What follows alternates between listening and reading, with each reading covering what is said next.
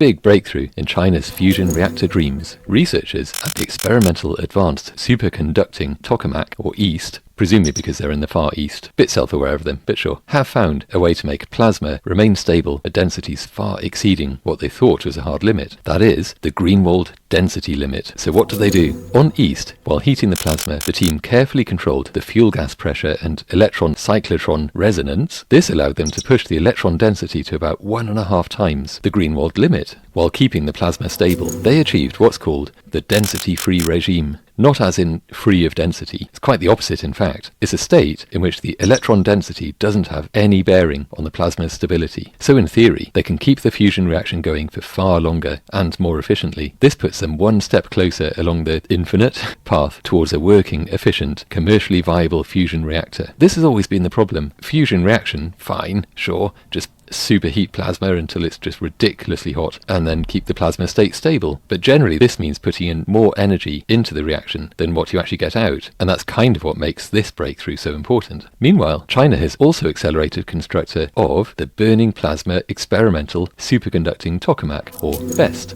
I think the EAST team were probably quite upset that BEST got the better acronym, but with BEST, China's goal is to achieve net fusion power gain, that is, getting out more energy than you put in, which is kind of important for a power station, and they're hoping to achieve this by 2030. Not so long ago, it seemed like a long way off, but now, it's actually quite soon. Getting to market with a viable fusion reactor is quite a popular pastime these days for nations, and China are not the only ambitious ones here. The US, Japan, and even the UK are all quickly accelerating their own fusion projects.